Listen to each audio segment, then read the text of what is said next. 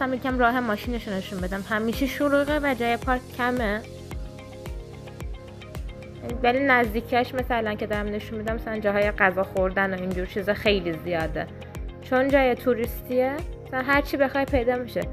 یکم گرون فروشن ولی نه دیگه خیلی که بخواد بترکه، یکم گرون فروشن. مثلا نزدیکیش چیز اسمش چیه، پانسیون اینا هم زیاد داره، مثلا اتاقای فروشی اینا.